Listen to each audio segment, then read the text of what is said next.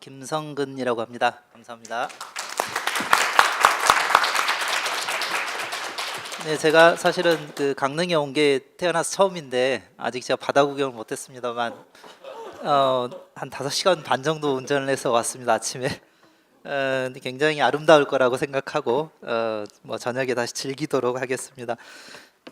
저희들이 사실 이제 그 뭐 토론이 사실 시간이 조금씩 지체되다 보니까 많지 않은 것 같은데요. 대략적인 순서를 좀 정해봤습니다. 처음에 이제 우리 네 분 토론자 분들께서 간단히 그 코멘트를 해주시고 그리고 질문도 거기에 좀 포함되어 있을 것 같은데 한 지금 보니까 나중에 토론 시간을 확보하기 위해서는 한 7, 8분 정도씩 뭐 길어야 그 정도밖에 시간이 없을 것 같은데 그 정도로 토론을 네 분께서 해주시고 토론문을 해주시고 그리고 나서 이제 방청석에 앉아 계신 여러분들한테도 혹시 질문이 있으면 좀 질문을 받아볼까 합니다.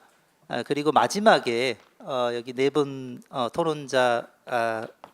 토론자분들과 방청객께서 질문해 주신 것을 오늘 발표자 네 분께서 종합해서 일부 겹치는 질문도 있을 것 같고 그런데요. 좀 종합해서 답변을 해주시는 그런 시간을 가졌으면 좋겠습니다. 일단 오늘 토론자로 모신 네 분에 대해서 간단히 소개해드리겠습니다. 서울대 자유전공학부장 김범수 교수님, 네, 그리고 이화여자대학교 스크린턴 학부의 유성진 교수님 소개해드리겠습니다. 네, 이어서 국립강릉원주대학교 교양교육부 이재용 교수님 소개해드리겠습니다. 네, 그리고 오늘 학생 토론자로 참가해준 강원대학교 자유전공학부 최준하 학생 소개해드리겠습니다. 네, 그럼 즉시 시간이 없으니까 토론을 시작하겠습니다. 먼저 여기 순서대로 서울대 김범수 교수님께서 코멘트 및 발표를 해주시면 고맙겠습니다. 예, 안녕하십니까. 방금 소개받은 서울대학교 자유전공학부 학부장을 맡고 있는 김범수 교수입니다. 오늘 아주 좋은 자리에 이렇게 토론자로 참여할 수 있게 돼서 무척 기쁘게 생각합니다. 뭐 여기 토론문에는 안 써 있습니다만 제가 서울대학교 자유전공학부가 2009년에 만들어졌고요. 그리고 2009년에 만들어진 다음에 첫 번째로 이제 공채 교수를 채용하는데 어플라이를 해서 2010년부터 서울대학교 자유전공학부 교수로 있습니다. 한 15년 정도 자유전공학부 교수로 재직 중이고요. 그동안에 아마도 많은 분들이 아시고 계시겠습니다만 자유전공학부가 상당히 부침을 많이 겪었습니다. 2009년에 법대가 로스쿨로 전환하면서 서울대학교 이외에 여러 대학에서 자유전공학부 제도를 도입했었습니다만 그 대학들 중에 상당수가 사실은 자유전공학부를 폐지를 했습니다. 그래서 자유전공학부의 이런 부침을 겪으면서 상당히 여기저기서 고생도 많이 했습니다. 시달림도 많이 당했고요. 그리고 자유전공학부가 왜 한국대학의 고등교육에서 필요한지에 대해서 여기저기 나가서 이야기들도 많이 했었습니다. 그러다가 어느덧 또 이렇게 갑작스럽게 자유전공학부가 자유전공학부 또는 자유전공, 무전공 제도가 한국 대학에 상당히 이렇게 그 변화를 몰고 오는 이런 것으로 등장하게 되어서 개인적으로 한편으로는 기쁘기도 합니다만 한편으로는 여러 우려도 있습니다. 앞서 많은 선생님들께서 지적하신 부분입니다만 자유전공 제도가 가지고 있는 장점은 참 많이 있는 것 같습니다. 무엇보다도 학생들에게 자유롭게 자신의 적성과 진로에 맞춰서 전공을 선택하게 할 수 있다라는 이 제도의 명분은 아마도 거부하기 어려운 그러한 제도가 아닐까 생각하고 있습니다. 뭐 고등학교 때 또는 대학교 입학할 때 아무것도 모르고 그냥 전공을 선택해서 평생을 그 전공을 뭐 바탕으로 이렇게 지내는 것이 기본 적인 저희 대학의 가장 기본적인 그런 학사 패턴이었다라고 한다면 자유전공은 그것에 비해서 학생들에게 전공을 자유롭게 선택할 수 있는 기회를 주고 있습니다. 그런 의미에서 상당히 학생 중심 또는 수요자 중심 교육의 중요한 모델로서 역할을 한다고 생각합니다. 그뿐만 아니라 대학 지난 수십 년 동안의 대학의 이런 전공 또는 학사 제도를 보면 아마도 제가 서울대학교에 있기 때문에 그럴 수도 있겠습니다만 상당히 대학의 구조 조정이라는 것이 어렵습니다. 사회의 수요는 한 50년 전, 60년 전에 비해서 상당히 많이 변화가 있습니다만 그럼에도 불구하고 대학의 전공, 그 다음에 학사 구조는 상당히 그러한 사회 변화에 뒤처져 있는 것이 현실입니다. 이러한 상황에서 사실 자유전공이라고 하는 것들은 학생들에게 이런 전공 선택의 자유를 부여함으로써 일정 정도 대학의 구조 조정을 촉진하는 그러한 역할도 수행했다고 생각합니다. 그럼에도 불구하고 앞서 많은 분들이 지적하셨습니다만 자유전공 제도의 단점도 상당히 많이 있습니다. 무엇보다도 인기 전공 또는 특정 몇몇 전공으로의 쏠림 현상이 가장 큰 문제로 제기되고 있고요.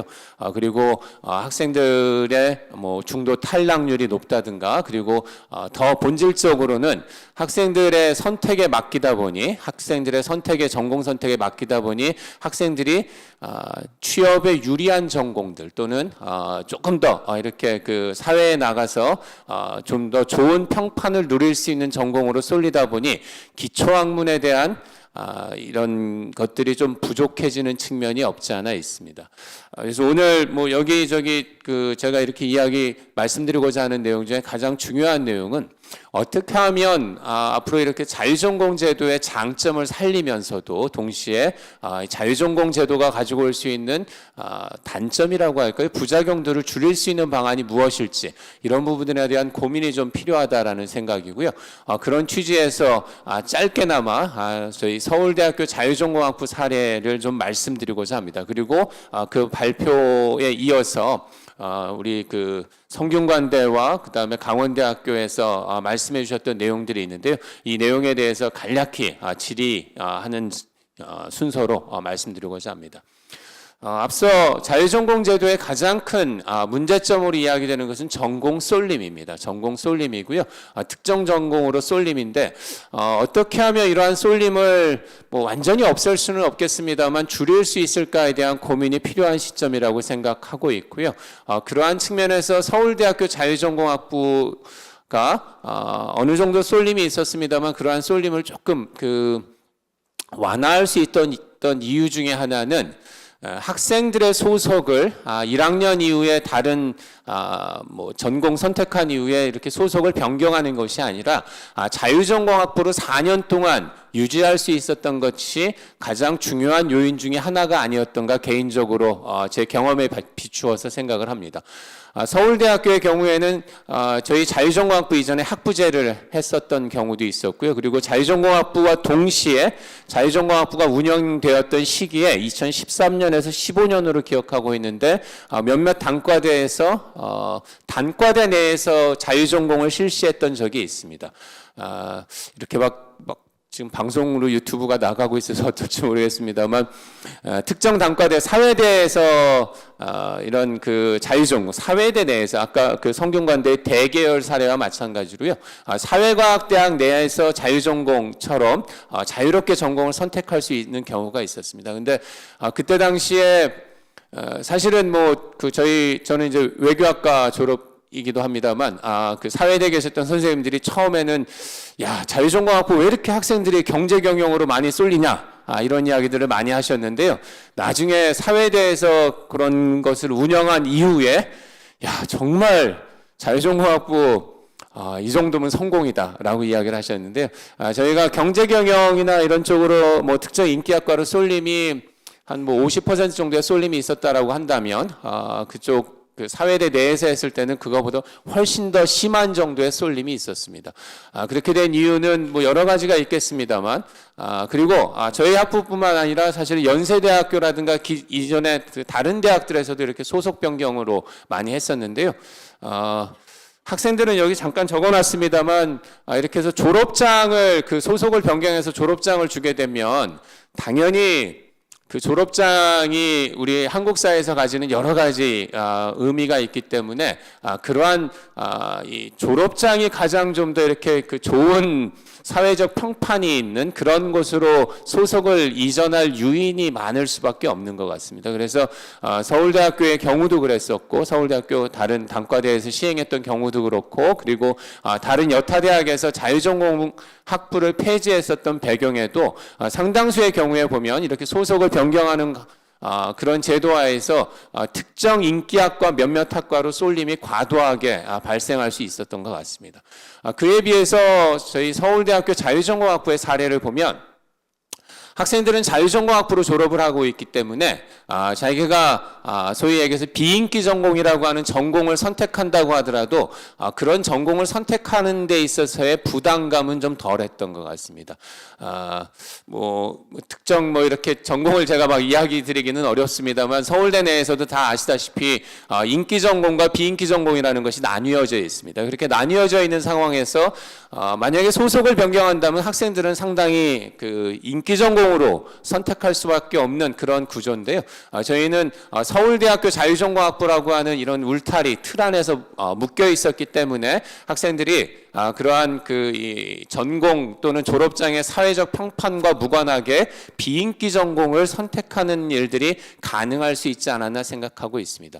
물론 제가 말씀드린 이러한 사례는 서울대학교의 특수한 사례이기 때문에 일반화할 수는 없고, 그리고 학교마다 이런 그 학내의 여러 가지 상황들이 다르기 때문에 일반화할 수는 없겠습니다만 아마도 그 다른 대학에서도 자유전공학부를 운영하면서 전공 쏠림 문제라든가 이런 것들을 조금 더 이렇게 완화하고자 하신다면 이러한 모델을 한번 고민해 보시는 것도 좋을 거라고 생각을 합니다.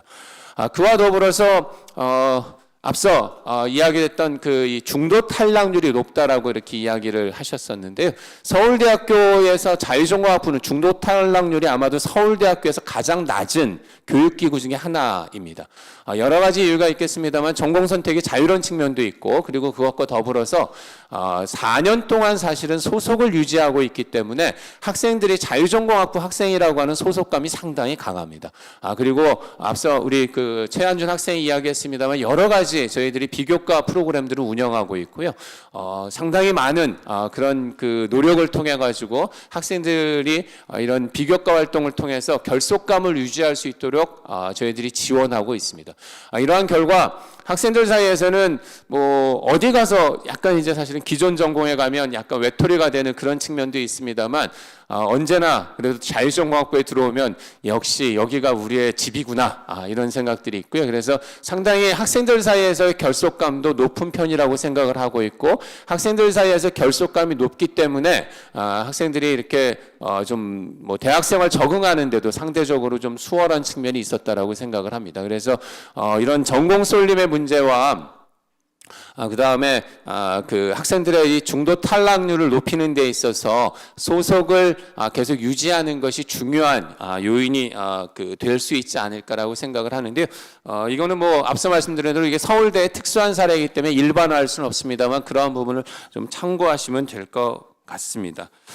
이러한 문제와 관련해서 앞서 그 뭐 질문인데요. 저희는 그래서 상당히 이러한 제도를 유지하고 있는데 앞서 그 발표에서 보면 성균관대학교 같은 경우에는 앞서 김재현 부총장님께서 말씀하셨을 때 소속을 이전하는 그런 방식으로 운영하는 것으로 대개월의 경우에도 그렇게 운영하는 것으로 보였고요. 그리고 그 융합이라든가 글로벌 융합이라든가 이런 데서도 이렇게 소속을 이전하는 그런 방식으로 이렇게 운영을 하고 있는 것으로 알고 있었는데요. 이렇게 소속 이전했을 경우에 앞서 아마도 이제 그 부총장님께서는 그 얘기도 하셨는데, 그래서 글로벌 융합이라든가 이런 데서 50명 모집에 뭐 500명씩 몰리고 사실은 이제 그만큼 전공 쏠림이 학생들의 이제 소속 이전이라든가 이런 것들에 대한 열망이 강하다라는 거고요. 그러한 열망을 막기 위해서 이제 캡을 씌워두게 되면 이제 뭐 100%, 110% 이렇게 인원을 한정하게 되면 학생들이 사실은 이제 대학교 1학년이 아니라 고등학교 4학년으로 생활할 수밖에 없고, 대학 들어와서도 특히 이제 학점이 이런 그 전공 선택의 기준이 될 경우에 상당히 학생들이 이제 학점에 대한 프레셔 때문에 제대로 된 전공 탐색이라든가 활동을 못하는 그런 부작용들이 많이 나타날 수 있을 것 같은데, 성균관대학교에서는 이러한 부작용, 그러니까 뭐 고등학교 4학년 현상이라든가 또는 과도한 학점 경쟁 이러한 것들을 막기 위해서 어떠한 프로그램을 운영하고 있는지 이러한 것들이 좀 궁금합니다. 그리고 강원대학교의 경우도 학생들의 이제 전공 소속을 다 이렇게 진입하는 그런 모델, 학생 설계 전공을 제외하고 진입하는 모델로 운영하고 있는 것으로 보이는데, 이러한 경우에도 어떠한 전공 쏠림 방지를 하기 위해서 앞서 보면은 우리 신철규 교수님 발표에 의하면 상당히 그래도 많은 학과로 이렇게 학생들이 분산돼서 전공을 선택하고 있는 것으로 보입니다만, 전공 선택의 쏠림을 막기 위해서 어떠한 노력을 하고 있는지 그러한 부분들이 좀 궁금합니다. 예. 한 가지 더 이제 추가적으로 말씀드리면, 앞서 말씀드린 대로 자유전공에 최근에 문제로 제기되는 두 가지 점, 전공 쏠림과 그 다음에 학생들의 중도 탈락률이 높은 것, 그것과 더불어서 아마도 기초학문에 대한 그 고사 위기 또는 기초학문에 대한 어려움, 이런 것들이 가중되는 측면은 분명히 있을 것 같습니다. 여기 제가 토론문에도 적어놨습니다만, 외국 사례, 미국의 사례를 보더라도 자유전공이 이렇게 확대되거나 학생들에게 전공 선택의 권리를 좀 더 이렇게 많이 부여하게 되면 아무래도 학생들로서는 취업에 유리한 그러한 응용 학문 내지는 뭐 취업에 조금이라도 도움되는 그런 학문을 선택할 수밖에 없고요. 그 다음에 기초 학문에 대해서는 아무래도 이렇게 지원이 좀 줄어들 수밖에 없는 그러한 상황인데, 과연 뭐 저희 서울대학교에서는 그래도 나름 뭐 여러 가지 조치를 통해 가지고 기초학문에 대한 지원을 계속 유지하고자 노력하고 있습니다. 그래서 상당히 이제 기초학문 지원을 위한 여러 프로그램들을 대학원 수준에서 마련하거나 또는 다양한 프로그램들을 마련하고 있는데요. 혹시 성균관대학교라든가 또는 강원대학교라든가 이런 데에서는 기초학문 분야에 대한 지원 또는 학생들이 이제 기초학문에 대해서 조금 더 이렇게 관심을 높일 수 있도록 어떠한 프로그램들을 운영하고 있는지, 앞서 아까 김재현 부총장님께서 유학대학교 교수님께서 하셨던 말씀, 그래서 수업을 좀 하나라도 듣고 그렇게 했으면 선택을 안 하면 좋겠다라는 말씀을 어느 교수님께서 하셨다고 했는데, 그것과 마찬가지로 혹시 학생들에게 이렇게 비인기 전공 또는 기초학문을 수업을 듣도록 유도하기 위해서 또는 인커리지하기 위해서 어떠한 방식을 하고 있는지, 이러한 부분들에 대해서 좀 궁금합니다. 서울대학교 저희 자유전공학부의 경우에는 상당히 학생들이 좀 이런 인문학이라든가 이런 부분을 좀 듣게 하도록 최대한 조금 다양한 사실은 지원책들이 있습니다. 그래서 그리고 학생 설계 전공을 많이 할 수 있도록 하는 지원책들이 학교 차원에서 유지를 하고 있는데요. 근데 상당 부분 사실은 그러한 것들은 이제 저희 학교에서 좀 특수한 사례이고, 다른 학교에서는 사실은 이러한 지원이 부족할 수도 있을 텐데, 대학 차원에서 이러한 학생들에 대한 지원, 그래서 학생들이 뭐 기초 학문 이러한 전공을 선택하는 것을 지원하기 위해서 어떠한 지원책을 가지고 있는지, 그리고 이러한 지원책 마련을 위해서 어떠한 것들이 필요한지 지에 대해서도 같이 한번 좀 이야기해 주시면 좋을 것 같습니다. 예, 저는 뭐 토론 겸 저희 학부 소개 겸 해서 이러한 정도에서 제 토론을 마치겠습니다. 감사합니다. 네, 감사합니다. 좌장의 운명은 아마 시간을 계속 압박하고 촉박하다고 하는 것 같은데, 지금 조금 시간이 많이 사용돼 버렸습니다. 저는 자율전공이니까 시간은 자율적으로 맡기겠습니다만, 뭐 핸드폰이 혹시 갖고 계시면 한 7, 8분 안에 짧게 요약을 해주시면 훨씬 효율적으로 운영할 수 있지 않을까 싶습니다. 네, 이어서 유성진 이화여대 스크린트 낙부 교수님 코멘트 부탁드리겠습니다. 네, 그렇지 않아도 사실 학생들한테 발표를 시키면 시간을 정확하게 준수를 하는데요. 교수들은 되게 말이 길어지기 때문에 타이머를 맞춰 놓겠습니다.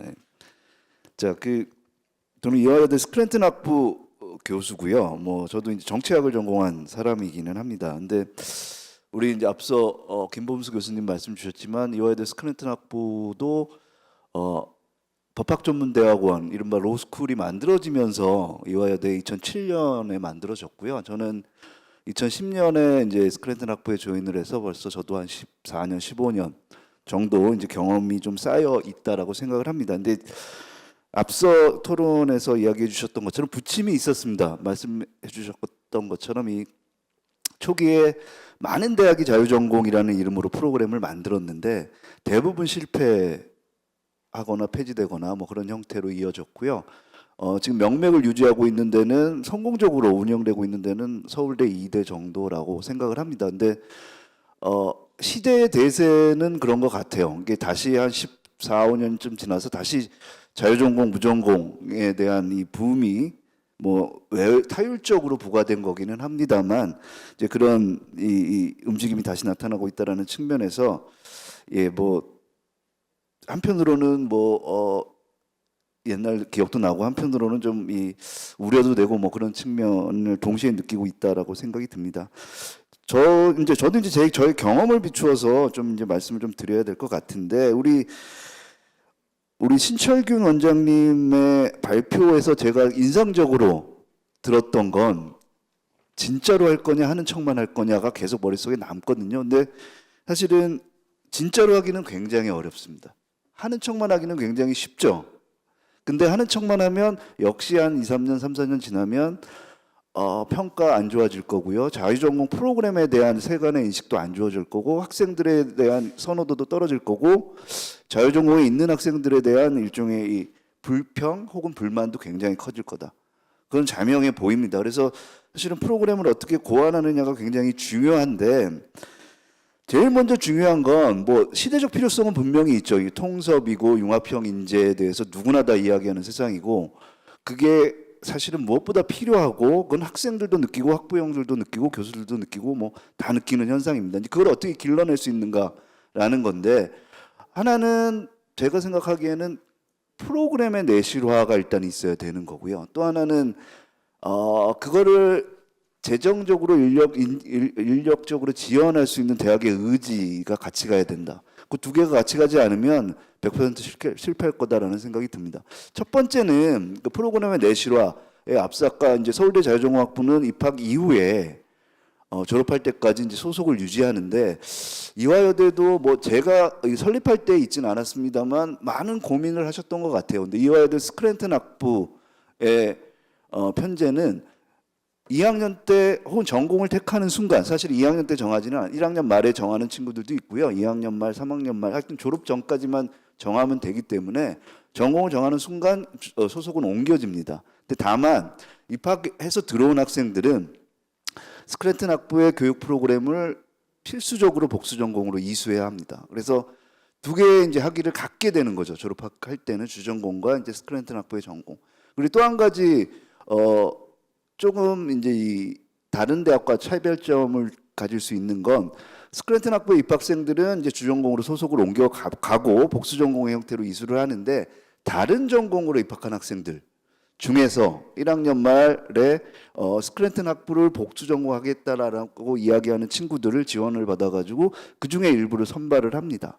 그래서 일종의 이중적인 안전장치라고 생각이 들어요. 그래서 스크랜턴 학부 학생들이 이제 이 아이덴티티를 유지할 수 있고 다른 대 프로그램들의 학생들과 더 잘 어울릴 수 있는 장을 만든다라는 측면에서 그런 안전장치를 만들었는데 뭐 생각보다 지금 뭐 15년 정도의 경험을 비추어 보면 굉장히 잘 운영이 되어 왔고 이 프로그램에 있는 학생들은 굉장히 만족도가 높다라고 평가를 드릴 수 있겠습니다. 근데 그 만족도가 높은 포인트는 사실은 우리 이제 융합형 인재를 키운다고 하는데 한편으로는 아쉬운 게 한 사람의 개인이 모든 융합 학문을 다 이해할 수 있는 거는 굉장히 어렵습니다. 근데 거기에 대한 일종의 보완책이 될 수 있는 건 융합적인 이 지식이나 뭐 여러 가지 관심사와 지식을 갖고 있는 학생들 간의 네트워크를 만드는 게 훨씬 더 중요하다. 그게 하나의 수단이 되는데 자유전공 학부의 프로그램이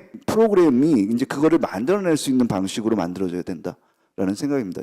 그게 가능한 거는 1년 단위, 그러니까 1학년 만에 프로그램 생활 가지고는 부족하고요. 4년간 최소 4년간의 이제 이 함께 같이 할 수 있는 프로그램이 필요하고, 또 하나는 각 프로그램 내에 이 학생들 간의 교류가 굉장히 소규모로 이루어져야 된다라는 생각이 듭니다. 그래서 스크랜턴 학부의 교과목들은 되게 한 많으면 30명, 적으면 20명 정도로 운영이 됩니다. 그래서 그 클래스가 대부분 세미나 형태로 운영이 되고요. 토론의 방식으로 운영이 됩니다.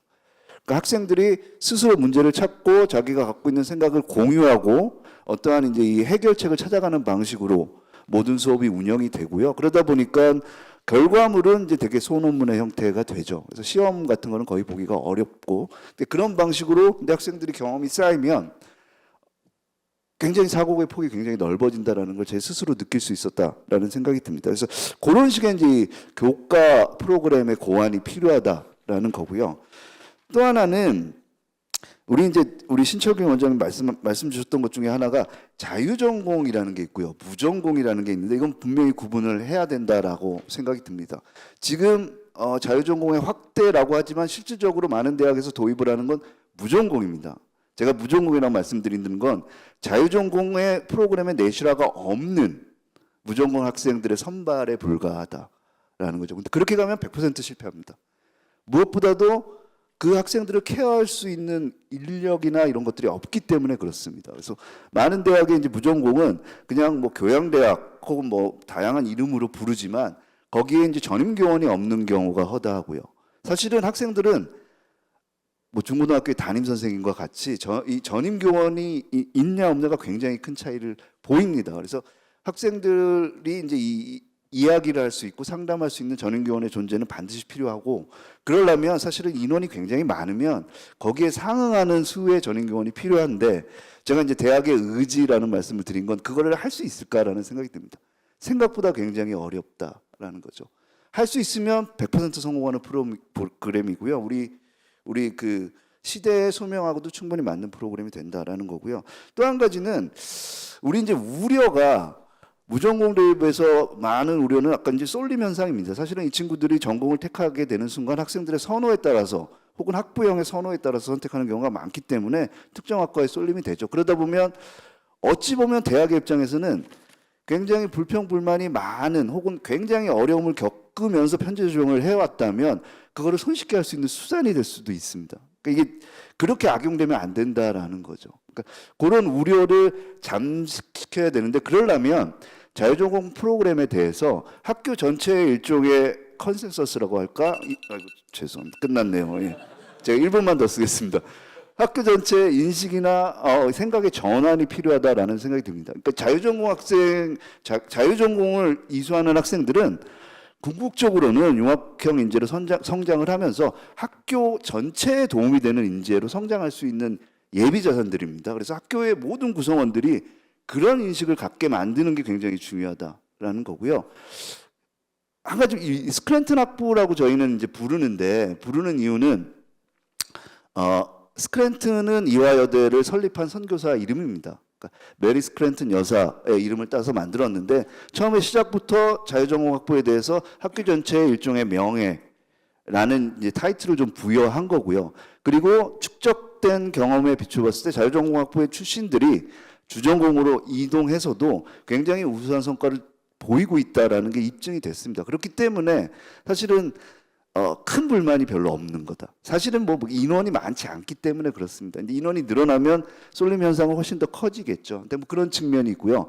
스크랜턴 학부는 영어의 이름은 스크랜턴 아너스 프로그램이라고 합니다. 그래서 이게 졸업생들한테도 굉장히 좀 이 영예를 부여하는, 뭐 타이틀을 부여하는 방식으로 구성이 되어 있어서 그런 좀 컨센서스가 학교 내에 있었기 때문에 성공적으로 안착할 수 있었다. 지금 이제 자유전공을 만들고 계속 이제 발전시키고 안정된 정착을 해야 되는 많은 대학의 입장에서는 그런 부분이 필요하다라는 생각이 듭니다. 네, 이상입니다. 좀 지연했습니다. 네, 감사합니다. 예, 자율전공을 몸으로 알람으로 실천해 주셔서 감사드립니다. 혹시 이제 오늘 발표해 주신 분들은 질문이 이제 중복될 수도 있고 이러니까 혹시 잘 기억해 두시거나 메모해 두셔서 나중에 종합적으로 한 번에 답해 주시면 좋겠습니다. 이어서 세 번째 토론자 분을 모시겠습니다. 국립 강릉 원주대학교 이재용 교수님 모시겠습니다. 네, 그 세 번째 제가 이제 토론을 하게 돼서 참 부담이 큽니다. 앞에 말씀하신 김범수 교수님이나 이제 또 이화여대 이제 교수님께서 이제 말씀하신 거는 사실 다년간의 운영 경험을 갖고 계신 학교라서 사실 저희 생각에서는 어느 정도인지 그 가늠하기조차도 어려운 면이 있습니다. 그 어쨌든 이제 자유전공학부든 무전공학부든 이 도입하게 된 배경 자체는 약간은 좀 타율적인 요소는 있는 것 같습니다. 이제 교육부에서 그 대학 혁신 지원 사업이나 국립대학 육성 사업에 관한 이제 그 지원책을 밝히면서 대학들이 어쩔 수 없이 시작하게 된 측면은 분명히 있는 것 같습니다. 그런데 이제 오늘 뭐 모든 교수님들이 공통적으로 지적하신 사항이긴 합니다만 이게 정말 그 적당히 할 건지 신철균 원장이 말씀하신 말을 또 반복을 하게 되는데요.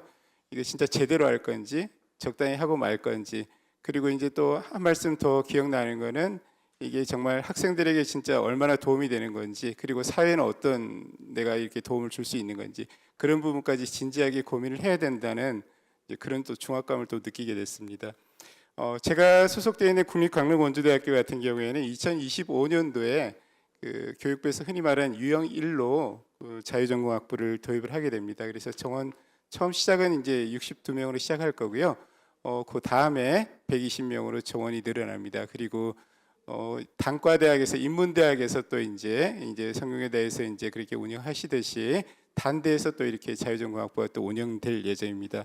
그렇기 때문에 이제 저희는 이제 자유전공학부 출범을 준비를 하는 입장에서 좀 이렇게 다른 대학의 운영 사례에 관심을 갖게 됐습니다. 그런데 사실은 이제 저희 총장님이 그런 이야기를 하셨다 그러더라고요. 그 서울대나 이화여대, 성균관대, 강원대 같은 데는 성공 사례니까 그런 거 말고 실패한 데를 찾아보라고 그러시더라고요. 근데 이제 실패한 사례도 이제 물론 찾아보겠습니다만 오늘 발제해 주신 분이나 이제 토론에 참여해 주신 교수님들 말씀 정말 도움 많이 됐습니다. 이 자유전공학부의 성공 요인이나 이제 뭐 실패 요인 이런 건 이제 뭐 갑론을박이 있을 것 같은데요. 이제 순기능과 이제 역기능 자체가 이제 너무 확연하게 구별이 되는 것 같습니다. 그런데 다만 여기에 대해서 이제 대학 내부나 외부에서 이렇게 우려하는 시선이 분명히 있는 것 같습니다. 그래서 뭐 쏠림도 그 중에 대표적인 것일 거고요. 그 다음에 또 대학 내부에서 뭐 학문 공동체의 보호 육성이나 이제 이런 본연의 기능을 또 다해야 되는 거 아니냐 그런 내부의 목소리도 있으신 것 같습니다. 그래서 결국은 이제 자유전공학부가 성공하냐 실패하냐는 이런 대학 내외부에서 존재하는 이런 기대와 우려를 얼마나 조화롭게 반영할 수 있느냐에 딸리지 않았나 이렇게 생각이 됩니다. 오늘 그 발제 그 성균관대학교 김지현 부총장님하고 강원대 신철근 원장님께서 이렇게 발제를 해주셨는데요.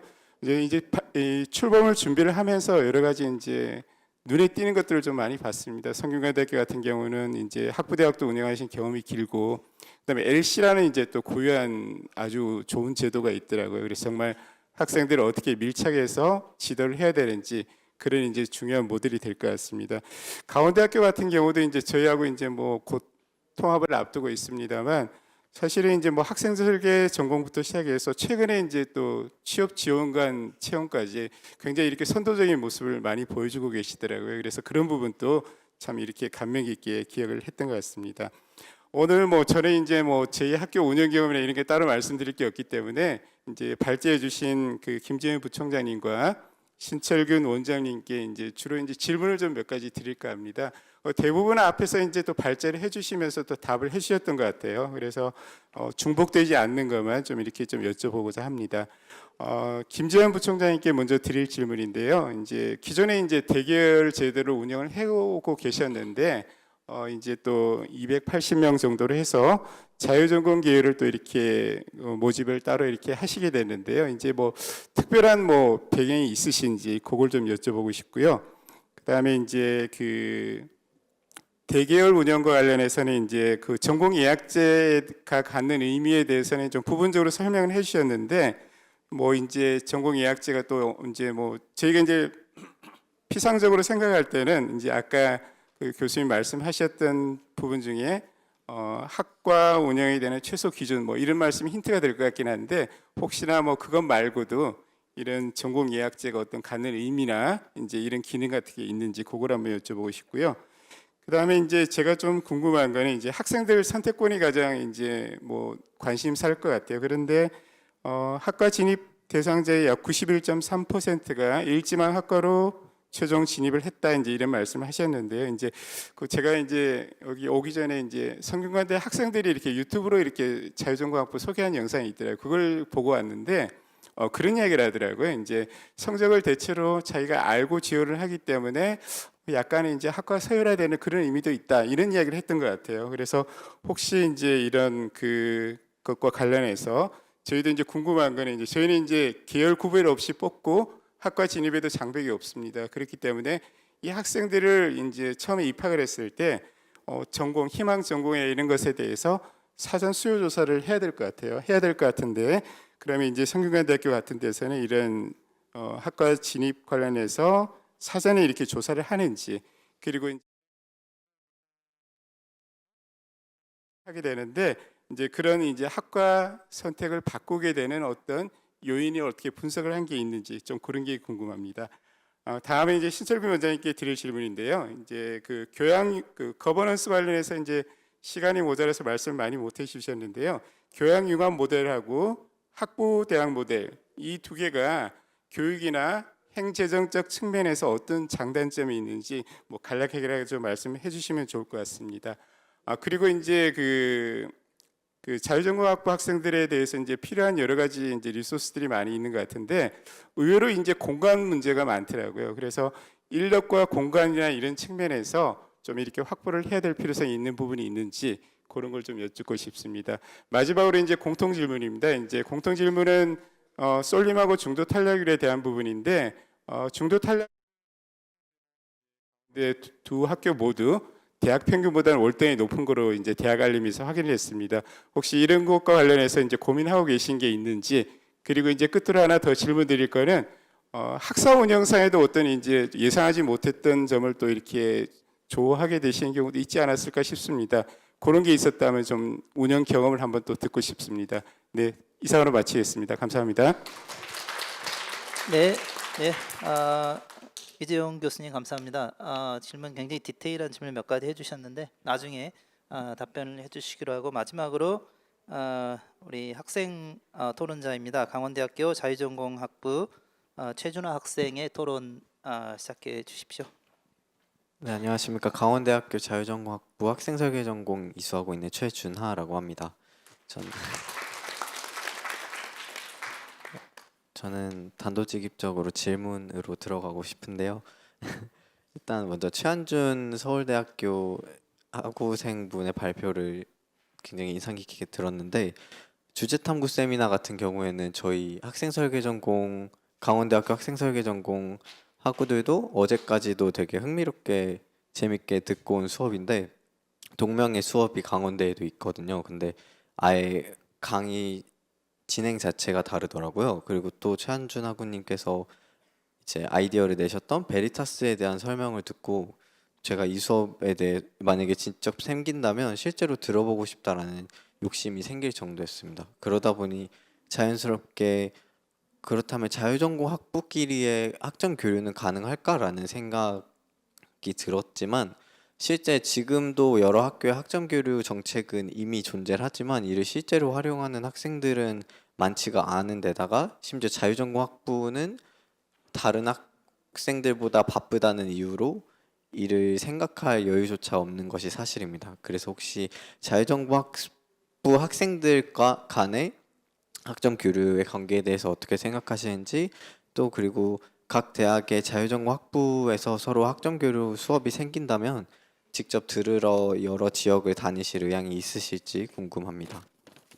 그리고 두 번째로는 발표 후반부의 수요자 중심 교육 관점에서 학생들의 목소리를 듣는 것에 대한 내용에 정말 공감을 했습니다. 저 같은 경우에는 생성형 AI를 이번 연도 초반만 해도 굉장히 무시하는 편이었는데 이제 한 학기가 지나고 나서 저보다 나은 면도 몇 번 본 적이 있었기 때문에 그래서 생성형 AI를 더 영리하게 활용하는 방법을 배우고 싶다. 더 효율적으로 결과물을 만들어내는 방법을 배우고 싶다라는 생성형 AI 활용에 관한 강의가 있었으면 하는 바람이 있었습니다. 그래서 혹시 서울대 자유전공학부 학생들의 최근 떠오르는 목소리는 어떤 것이 있었는지 궁금하고, 또 발표 마지막에 지금까지 시도해보지 않았던 새로운 접근법은 어떤 것이 있었을지에 대한 예시를 들어보고 싶습니다. 그리고 바로 다음으로 전남대학교 지혜린 학우님 발표도 정말 잘 들었습니다. 학생 설계 전공을 계획하고 이제 졸업 후에 안정적인 학위를 위하여 혹은 학생들끼리 이제 저는 제가 만든 학생 설계 전공에 더 도움이 되고 싶어서 전문성을 더하고 싶습니다라거나 학생 설계 전공과 전혀 반대되는 복수 전공을 해서 제 학문의 범위를 넓히고 싶습니다 등 다양한 이유로 복수 전공을 꿈꾼 학생들이 많았지만, 이번에 처음 한 학기를 학생 설계 전공을 이수하면서 복수 전공을 많이들 포기한 상태입니다. 포기한 이유는 하나로 귀결이 결국 되었는데, 본인이 설계한 교육 과정에 이제 애착이 많다 보니까 복수 전공을 하게 되면 본인이 설계한 커리큘럼을 꽤 많은 상당 부분 포기해야 되는 경우도 있고, 또한 본인의 교육 과정을 따라가기 벅찬 경우도 많았어서 더 잘 공부하고 싶은 욕심에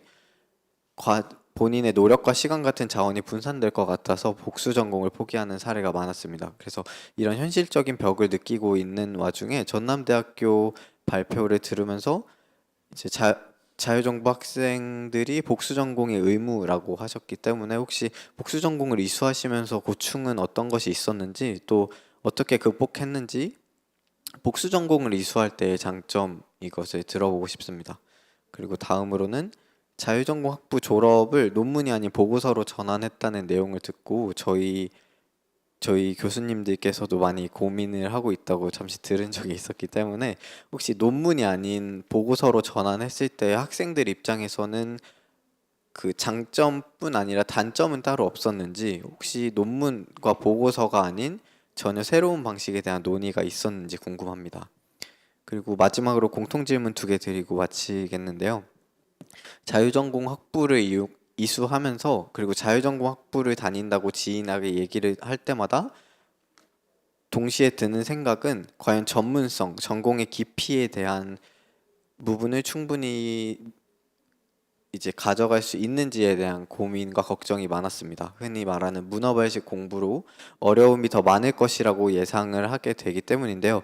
그래서 자유전공 학부와 전문성은 상반되는 개념인지, 자유전공 학부 학생들이 전문성을 채우기 위해서는 과연 어떻게 활동을 해야 할지 같이 고민을 해보고 싶고요. 마지막으로 자유전공 학부는 선배라는 개념이 모호해서 그동안 도움을 받기 쉽지 않았고, 또 선례를 찾기 굉장히 어려웠습니다. 근데 저희 지금 학생 설계 전공을 이수하는 학생들이 생겼지만, 지금 후배들한테도 저희만으로는 선배로서 줄 수 있는 아웃풋이 많지 않기 때문에 이것조차 부족한 상태라고 생각하고요. 그래서 자유전공 학부를 이수하고 있는, 그리고 졸업하고 있는 사람들 간의 커뮤니티를 어떻게 만들어야 할지, 또 생기면 어떻게 활용을 할 수 있고, 이를 활성화하기 위해서는 교수님과 대학 그리고 전체적인 사회에서는 어떤 지원이 가능할지 궁금합니다. 감사합니다.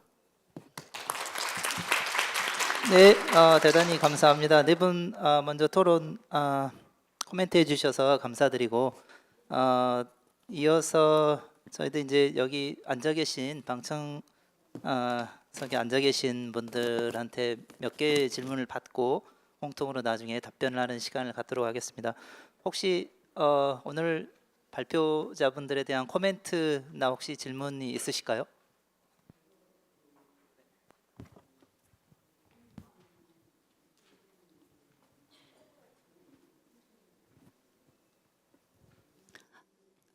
안녕하세요. 용인대학교 경찰행정학과 교수 백수원이라고 합니다.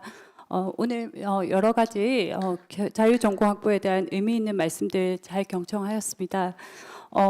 다만 저는 이제 이 자유전공학부라는 개념 자체가 조금 의아하다는 생각이 많이 들었습니다. 미국이나 다른 원래 전통적인 리버럴 아츠를 의미하는 것 같지도 않고, 오로지 그냥 원래 전통적인 개념에서의 인문학을 살리고자 하는 그런 개념에서 출발한 개념도 아니고, 또 오로지 진로 탐색이라는 그 과정만을 더해서 결국은 전공을 찾아가는 그런 과정을 합치면 그것이 자유전공 학부가 되는 것인지 거기에 대한 의문이 조금 있었고요. 그리고 어떤 학문이라는 것이 학으로서 끝나기 위해서는 하나의 단일한 학문으로서의 가치가 인정되어야 하는데 과연 그 자유전공학이라는 것이 있을 수 있는 것인지 거기에 대한 근원적인 의문이 조금 제기되었다는 점을 좀 여쭤보고 싶었습니다.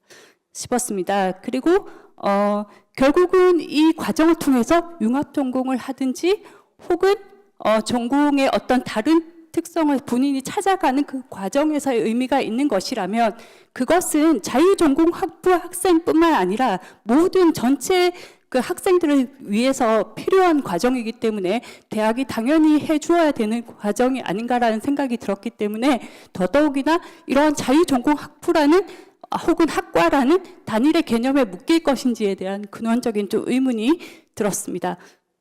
그리고 이제 성균관대 우리 부총장님께 여쭤보고 싶습니다. LC 과정을 통해서 이게 좀 실질적인 운영이 굉장히 활성화를 도모하고 있다고 하셨는데 실제로 어떻게 운영되는지 굉장히 궁금합니다.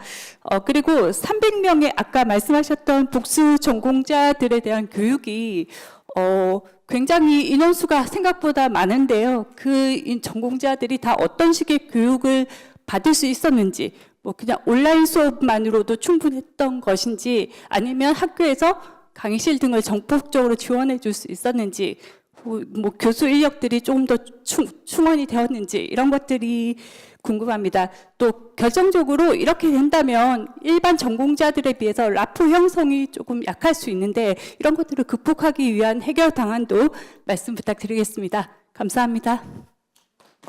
네, 감사합니다. 네, 또 혹시 다른 분 의견 있으실까요? 네, 없으시면 일단 저희 발표자분들께서 오늘 나왔던 질문들을 종합해서 답변을 해주시는 시간을 가졌으면 합니다. 순서를 어떻게 할까요? 먼저 우리 저희 학생 참가자들이 저희들이 좀 무엇보다 우리 이 자율종합을 하고 있는 실제로 이제 가장 큰 영향을 받고 있는 참가자들이기 때문에 학생 참가자들부터 저희들이 좀 답변을 들어보도록 하겠습니다. 우리 최한준 학생하고 지혜린 학생의 이야기를 좀 들어보겠습니다. 네, 다시 인사드립니다. 서울대학교 자유전공학부 학생회장 최한준입니다.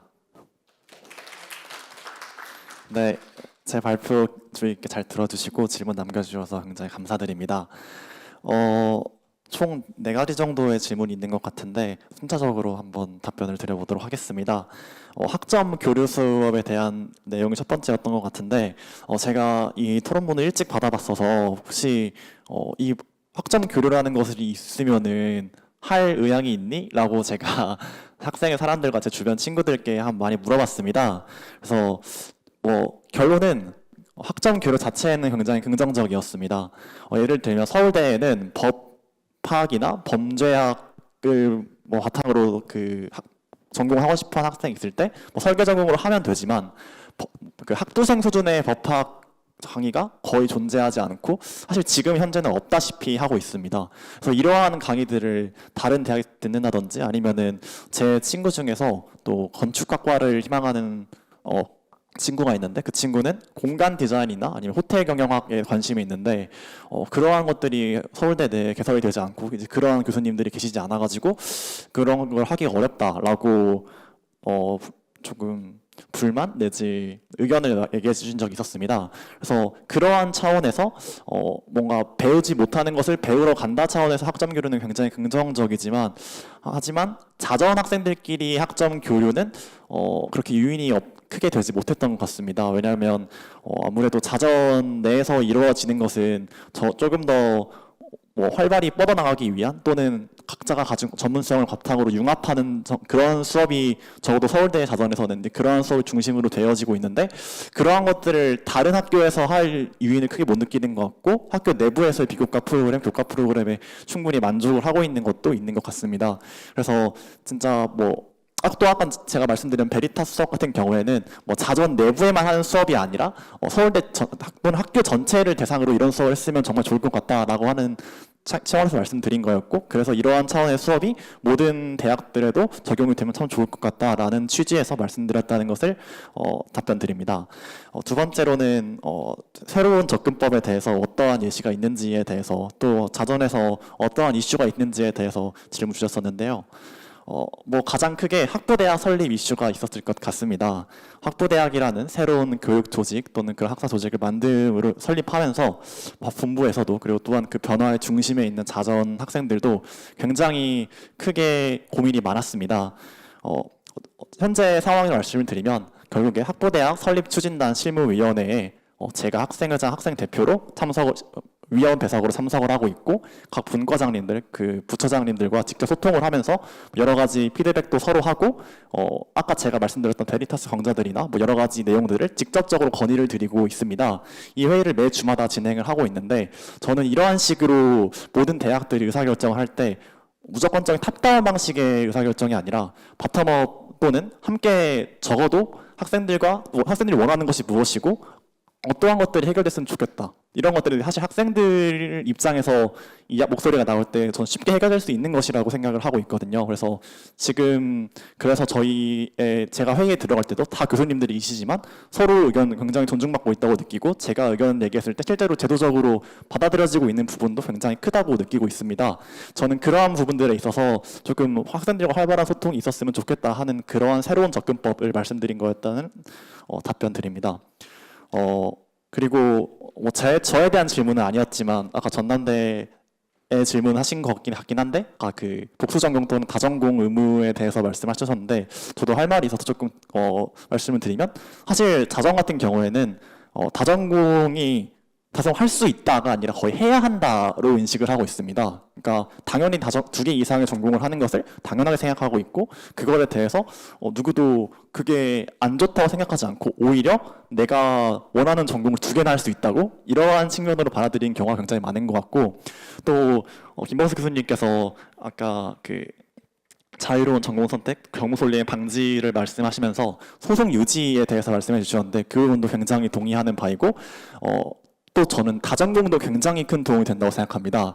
다전공을 할 시에 2개 이상의 전공을 할 시에 하나는 내가 뭐 현실적으로 필요한 것 뭐 특정 전공을 말하기 좀 그렇긴 하지만 뭐 예를 들면 경영이나 컴공 같은 인기 전공들로 하나 정도는 하고 하지만 나머지 하나는 내가 정말로 원하고 정말로 좋아하고 진짜로 하고 싶은 것을 하는 경우가 매우 많고 사실 그러지 않은 사람들을 거의 본 적이 없습니다. 제 주위에서는. 그래서 그러한 차원에서 다전공을 했을 때 전공솔림 현상을 효과적으로 해결할 수 있다고도 생각이 들고 그런 차원에서 그리고 또 그게 뭐 로드가 늘어나서 졸업 늦어지는 거 아니냐에 나쁜 게 아니라 진짜 내가 원하는 공부를 2개나 할 수 있다고 또는 원하는 학위를 2개나 받을 수 있다고의 측면으로 접근하는 경우도 있어서 물론 힘들긴 하지만 그래서 꼭 나쁜 것만은 아니라는 점도 말씀을 드리고 싶습니다. 그리고 그 전문성에 대한 이야기가 계속 나오고 있는 것 같은데 아까 질문자분께서 질문 주셨고 아까 관객석에서도 질문해 주셨던 것 같은데 제 생각을 말씀드리자면 저는 자유전공학부라는 것이 새로운 전문성이라고 생각합니다. 이 시대의 새로운 전문성으로서 모든 학문들을 개방적으로 받아들일 수 있고 또한 보다 더 높은 관점에서 다양한 전공 또는 다양한 과목들을 하나로 융합시킬 수 있는 그러한 역량을 가지고 있는 것도 저는 이 시대의 새로운 전문성이라고 생각을 하고 있습니다. 저는 이러한 능력이 앞으로의 정말 중요한 전문성이 될 것 같고 그러한 차원에서 사실 뭐 각각의 100% 흡수되는 게 아니지 않냐 그 말에 동의하는 바이긴 하지만은 100% 흡수되지 않음으로써 얻을 수 있는 것들도 굉장히 의미가 있고 전 그에 대해서 가치 있다고 생각하고 제 학우들도 그렇게 느끼기 때문에 저는 그러한 차원에서 굉장히 너무 비관적으로 바라볼 건 아니지 않은가라는 생각을 하고 있습니다. 그리고 마지막으로 커뮤니티와 이제 뭐 선후배 간의 도움에 대해서 이야기를 하셨는데 아까 김범수 학부장님께서 또 말씀해 주셨지만 자전에서는 이 결속력이 굉장히 좋고 제가 개인적으로 감히 판단하건대 서울대 제가 아는 서울대 어떤 학생들보다도 가장 교섭력이 좋고 그 학생부들 분위기가 좋다고 생각을 합니다.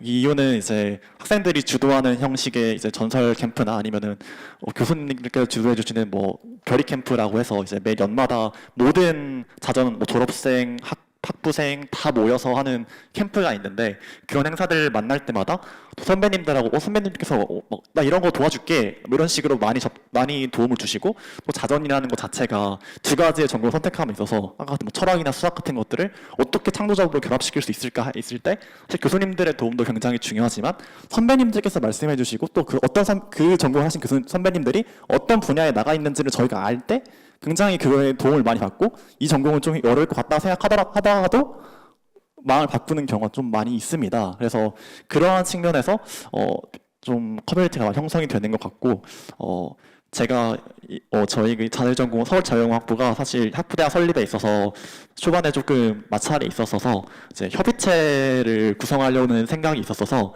전국에 있는 61개 자율전공학부에 대한 분석을 다 해본 적이 있었습니다. 이제 사실 그래서 여기 계신 모든 아마 자율전공학부 또 스크랜튼 학부 아마 제가 다 분석을 해본 적도 있었을 것 같은데 어쨌든 그 과정에서 제가 하고자 하는 말은 그 과정에서 회장님들과도 제가 소통을 하려고 노력을 해본 적이 있었습니다.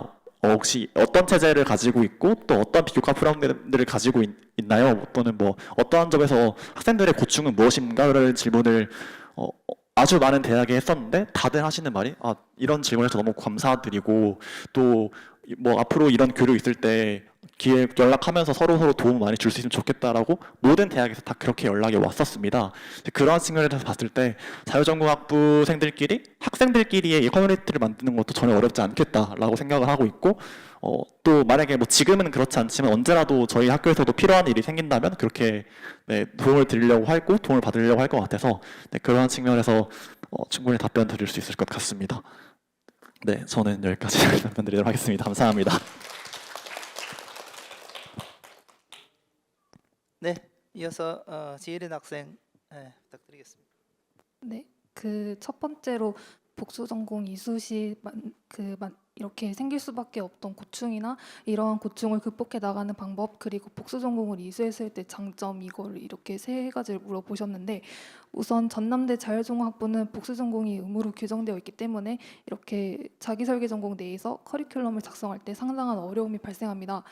예를 들어서 자기설계 전공 이수 계획표를 작성할 때 본인이 복수 전공하는 그런 학과의 수업을 계획표에 넣고 싶어도 이게 복수 전공하는 학과는 제한된 학점 내에서만 전공 과목을 이제 구성해서 넣을 수 있기 때문에 학부생들이 원하는 그런 복수 전공 과목을 이수 계획표에 모두 넣을 수 없다는 단점이 존재하고 작가 전공 수업 시간표와 자기설계 전공 수업 시간표까지 일일이 비교해가면서 1학년 때부터 4학년 때까지의 그 트랙을 직접 구성해야 하기 때문에 학부생들 입장에서는 심리적 부담감을 느낄 수밖에 없습니다.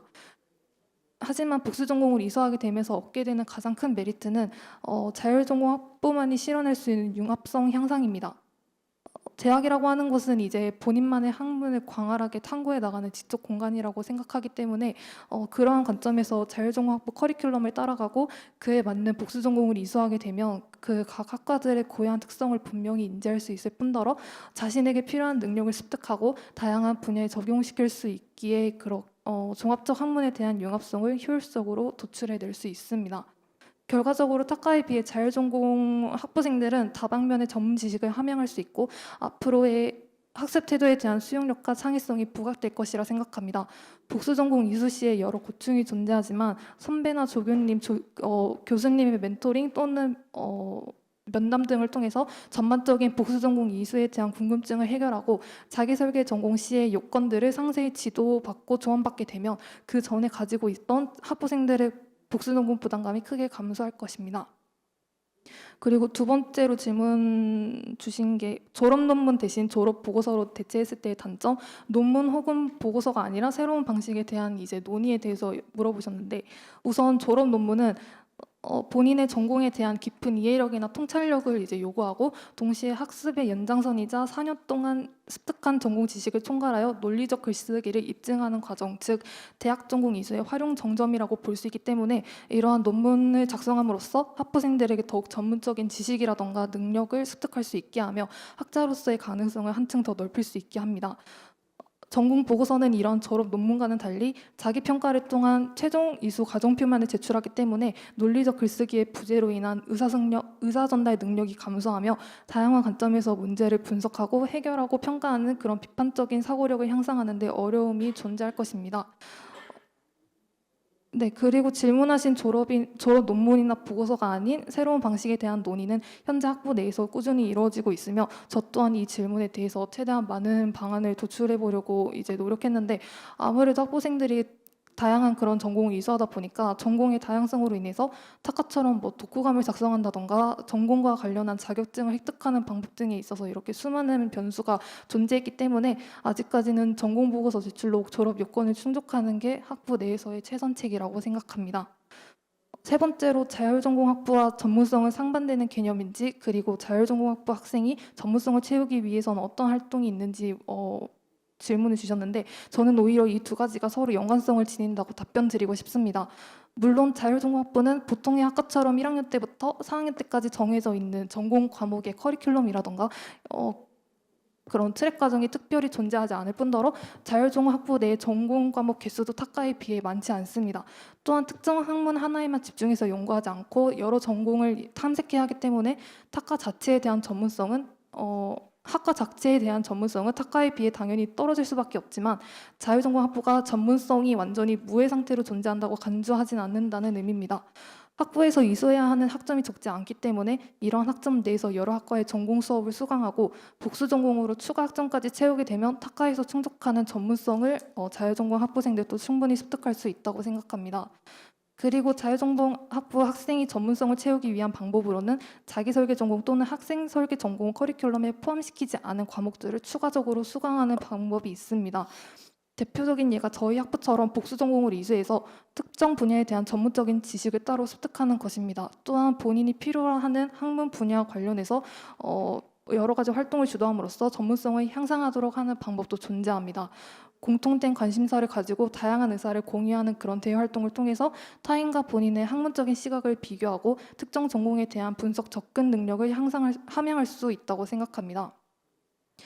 마지막으로 전국 단위의 자율전공학부 커뮤니티를 어떻게 만들어야 할지, 생긴다면 어떻게 활용할 수 있을지, 그리고 이를 활성화하기 위해서 어떤 방안이 필요하고 어떤 지원이 가능할지에 대한 답변에 대해서 말씀드리도록 하겠습니다. 학부 내에서만 해도 학생들이 서로 다른 그런 융합 전공을 이수해야 하기 때문에 본인과 상관없는 타인의 전공이나 커리큘럼은 이제 관심을 별로 갖지 않는 상황입니다. 학부 자체적으로도 이러한 무관심이 지속되는 상태인데 전국에 존재하는 자율전공 학부는 각 학부 내에서도 따라야 하는 커리큘럼이 다르기 때문에 학부에 대한 통일성이 타카에 비해 그리 크지 않고 자율전공 학부와 연대성이라는 개념 또한 서로 맞지 않다고 생각하는 분들이 많을 것 같습니다. 그러나 저는 이러한 단점을 장점으로 살려서 부정적으로만 여긴 개인의 자율성을 이해하고 존중하며 이를 적극적으로 포용했으면 하는 바람입니다. 커뮤니티를 통해서 학생마다 고유한 특성을 살리고 해결되지 않은 자율전공 학부만의 커리큘럼을 공유하며 각자의 전공을 비교하고 검토하는 과정을 통해서 다양성을 더욱 확장해 나가자는 것입니다. 이를 활성화하기 위해 실천할 수 있는 구체적인 방안은 커뮤니티형 소셜 네트워크 서비스를 통해 본인의 학과를 홍보하는 것이 있습니다. 현재 전남대 자율전공학부에서도 운영하고 있는 네이버 카페를 전국의 자율전공 학부를 위해서도 개설했으면 하는 마음에 이러한 방안을 제시하였는데요. 자유롭게 소통할 수 있는 소셜 서비스를 개설해서 실시간으로 학과 생활에 대한 보고를 작성하고 커뮤니티에 게시함으로써 자율전공 학부생들이 이를 공유하고 소통할 수 있는 생산적인 활동을 전개해 나갈 수 있을 것입니다. 그리고 저희 학부에서 진행했던 자체 운영 심포지엄과 같이 자율전공 학부생들이 한자리에 모여서 학부와 관련된 지식과 정보를 공유하고 결과적으로 자율전공 학부의 미래를 위해 함께 방안을 모색해 나가기 위한 프로그램을 정기적으로 가져야 한다고 생각합니다. 각 자율전공 학부의 교수진, 더 나아가 학교 본부에서 무전공 시대 필수적인 학과인 자율전공 학부를 적극적으로 홍보하는 등의 노력을 통해서 자율전공 학부에 대한 관심을 높이도록 하고 학부를 위한 교육 교육적인 행사에 학부생들이 많이 참여하도록 지원함으로써 자율전공 학부의 실질적인 연대감을 높일 수 있게끔 해야 한다고 생각합니다. 이상 답변 마치도록 하겠습니다. 네, 감사합니다.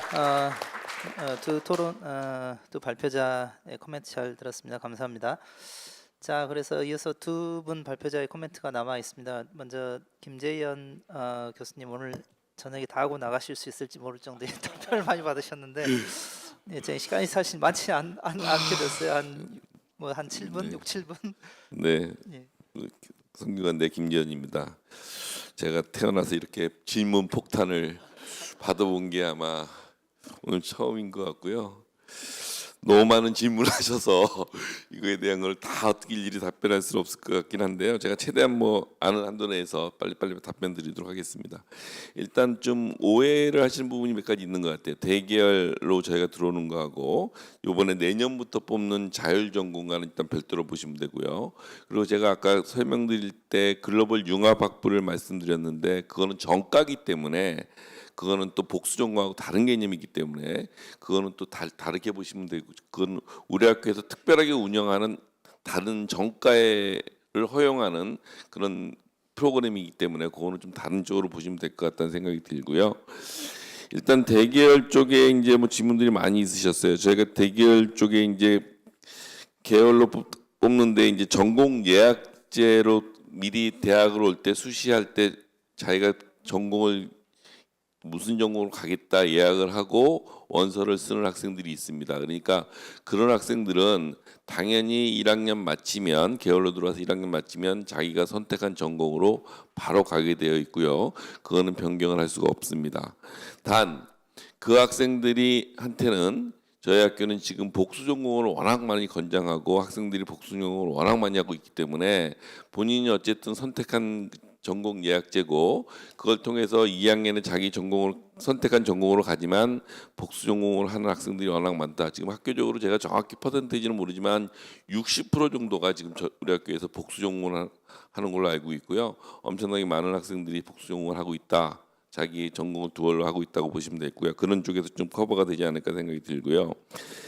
그 다음에 이제 쏠림 쪽에서 보면 아까 이제 어떤 인기학과 쪽에 쏠림은 뭐 현실적으로 당연한 것 같아요. 그런데 저희가 이게 계열제를 좀 만들고 나서 지금 제가 이렇게 보면 지금 시대에 인기학과들이 다 빠져 있긴 합니다. 무슨 얘기냐? 소프트웨어 쪽이 요즘 핫하잖아요. 소프트웨어 융합대학으로 뽑기 때문에 그쪽 학과는 처음부터 대학 올 때부터 지원을 해서 오기 때문에 계열로 오지 않습니다. 그러니까 소프트 융합학과로 오는 소프트학과 학생들은 소프트학과로 그냥 가고요. 그 다음에 또 인기 있는 학과가 이제 경영학과겠죠. 문과 쪽에 보면 또 경영학과는 경영학과로 뽑습니다. 그렇기 때문에 경영학과로 오는 학생들은 대학 입시부터 경영학과로 가고요. 그 다음에 이제 글로벌 쪽에 글로벌 경영, 글로벌 경제, 글로벌 리더, 아까 글로벌 융합 이렇게 새로 뽑는 50명 있지만 그 학생들도 마찬가지로 대학 입시 원서를 넣을 때 그 학과로 선택해서 오기 때문에 계열로 포함되지 않습니다. 그러면 계열로 포함되는 것들이 지금 아까 제가 그 발표자에 보여드렸던 인문과학계열, 사회과학계열, 자연과학계열, 공학계열 이렇게 있습니다. 그다음에 이제 인문사회하고 사회과학, 자연과학하고 공학이 섞여 있는 융합원 쪽에 그 아까 제가 말씀드린 데이터 사이언스 융합 전공이라든지 인공지능 융합 전공이라든지 컬처 앤 테크놀로지 이걸 50명을 뽑아서 그 50명이 이 세 개 중에 선택해서 가기 때문에 그 계열로 가고요. 그런데 그러다 보니까 인문과 계열 쪽에 저희가 10개 학과가 있는데요. 여기 시대가 이렇게 바뀌면서 그 트렌드도 약간씩 바뀌잖아요. 옛날에 보면 뭐 문사철에 보면 그 인문과학 계열 쪽에 보면 국어, 영어, 그다음에 또 중국어도 한동안 또 인기 있을 때도 있었고, 그래서 그다음에 이제 한 10개 학과 중에 제가 이렇게 뭐 이게 정확한 데이터는 아니지만 한 서너 개 학과가 지금 트렌드적으로 학생들이 선호하는 학과인 것 같아요. 그러다 보니까 그 학과명을 제가 일일이 말씀드리긴 하지만 한 10개 중에 반반 정도는 학생들이 요즘 트렌드로 항상 가는 학과고 한 5개 학과는 요즘 트렌드에서 좀 밀리는 학과들이 어문계열도 있고 그러다 보니까 자기가 1지망 1학년 마치고 대기열에서 자기 전공 선택을 할 때 1지망, 2지망, 3지망을 써서 내게 돼 있습니다. 그러다 보니까 아까 1지망 그 학과에 그 학과에 들어오는 게 91점 몇 프로가 1지망생이 들어오는 걸로 돼 있기 때문에 110%를 뽑기 때문에 나머지 몇 개 학과는 당연히 못 채우게 되겠죠.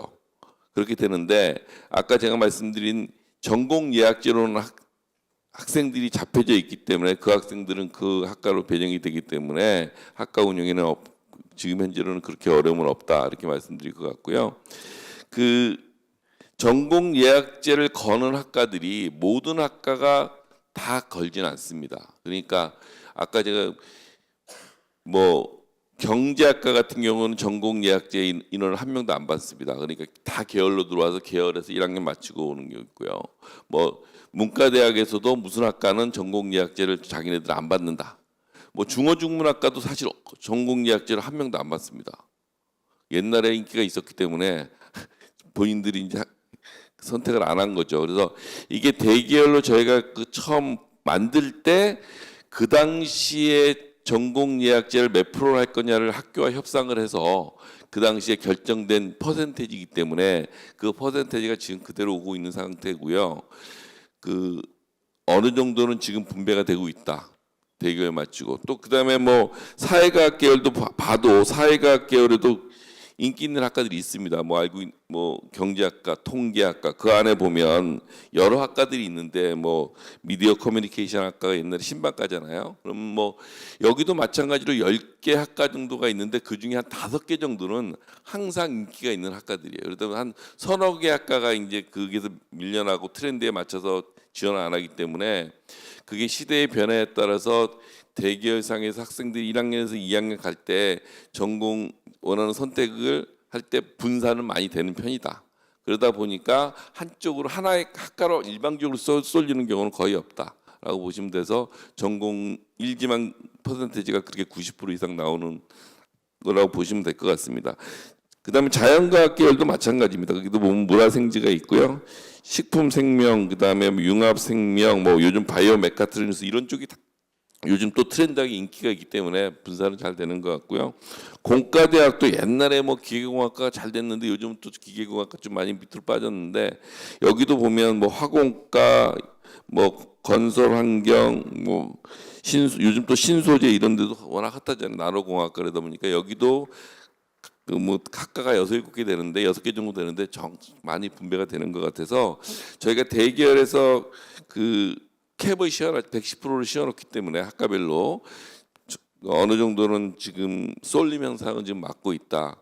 그리고 이제 그 쏠림 현상을 막기 위해서 저희가 다양한 아까 말씀드린 프로그램을 운영하고 또 교수님 질문 중에 뭐 1지망 선택했다가 기말고사 끝나고 2지망 학과를 변경하는 경우가 물론 발생을 하죠. 그런데 이제 그거에 대한 뭐 설문 결과는 지금 정확히 기억 못하지만 일반적으로 많이 변경 사유를 보면 대체로 일반적으로 선후배 대기열에 이제 저희가 선후배 관계들을 많이 비교과 프로그램하고 그런 네트워크 환경을 많이 구성해 주는데 그게서 선배들하고 뭐 여러 가지 그 활동들을 하면서 학과의 변경들이 중간고사 때 하고 자기가 원했던 거 하고 지나면서 한 1년 정도 지나면서 바뀌는 경우가 종종 발생하는 것 같다 이렇게 말씀드리고 있고요. 그다음에 이제 화학과 특별 요건은 뭐 화학과만 있습니다. 다른 건 없고요. 그다음에 중독 탈락률 대학 평균보다 높은 이유 이렇게 보니까 이게 뭐 저희가 이게 학부 대학이어서 대기열 자기가 원하는 학과를 못 가서 중독 탈락률이 높은 것 같지는 않고요. 물론 그런 학생들도 있지만 전체적으로 보면 요즘 의대나 약대라든지 아니면 뭐 저희보다 또 좋은 학교로에 그 가기 위해서 재수를 한다든지 이런 부분에서 저희도 고민을 많이 하고 있고 일반적으로 저희도 맨날 교무위원회에서 회의할 때 인기 학과가 탈락률이 높습니다. 그리고 우수한 학생들이 들어온 학생들이 탈락률이 높습니다. 성적 높은 학생들이. 그 학생들은 주로 일반적으로 또 자기가 목표했던 대학 보다 더 좋은 쪽으로 가기 위해서 그런 중도 탈락률이 발생하고 있고, 학교 차원에서 그걸 막기 위해서 다양하게 여러 가지를 지금 고민하고 있고, 그걸 뭐 조금이라도 줄이기 위해서 다양한 프로그램이라든지 장학금 제도들이라든지 그런 것들을 지금 계획하고 있다 말씀드릴 수 있을 것 같고요. 뭐 네, LC 부분에서 시간이 다 돼서 그만해야 되는데, LC 부분은 저희가 20몇 명으로 유지하다가요, 융합 LC 형태로 바꿔서 아까 말씀드린 대로 각 전공별로 뽑아서 운영하고 있고, 그 학생들의 그 결합력이라든지 네트워크를 높이기 위해서 고전 명제라는 과목은 그 LC가 같이 들어가서 듣고, 또 창의 융합 디자인 같은 경우도 LC 한 3개 정도가 묶어서 같이 창의 융합 수업을 강제 배정을 해서 듣기 때문에, 그런 형태로 해서 학생들의 LC를 잘 운영할 수 있는 프로그램으로 하고 있다 이렇게 보고요. 더 이상 뭐 질문이 많아도 시간이 없어서 대답을 드릴 수 없고, 궁금한 거 있으시면 나중에 메일 주시면 답변해 드리도록 하겠습니다. 네, 이상입니다.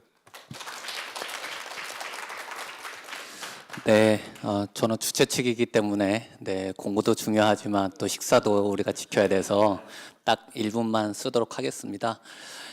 김범수 선생님, 유성진 선생님, 이지영 선생님 좋은 질문 해주셨는데 제가 다 답변 드리지 못해서 좀 양해 말씀드리고요.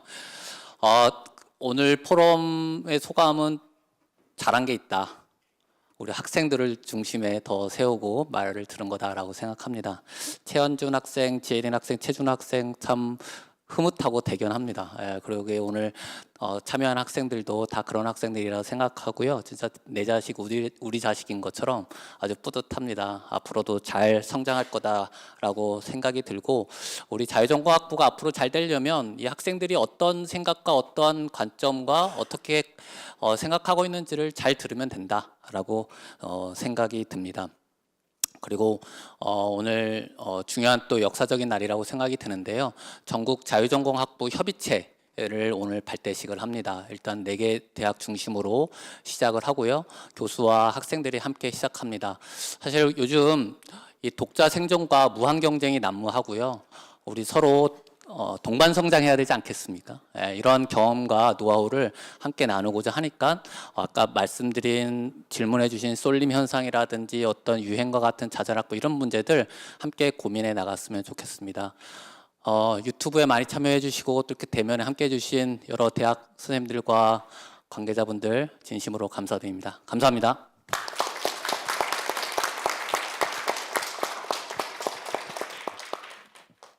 네, 시간을 결과적으로 맞추지 못해서 대단히 죄송하게 생각하고, 그만큼 하지만 굉장히 뜨거운 관심과 이 자전부에 대해서 알고 싶은 그런 호기심들이 있어서 그렇다고 생각합니다. 모쪼록 오늘 포럼을 통해서 자율전공학부가 한 발 더 발전하는 그런 계기가 되었으면 좋겠다고 생각하면서 이만 토론회를 마치겠습니다. 감사합니다.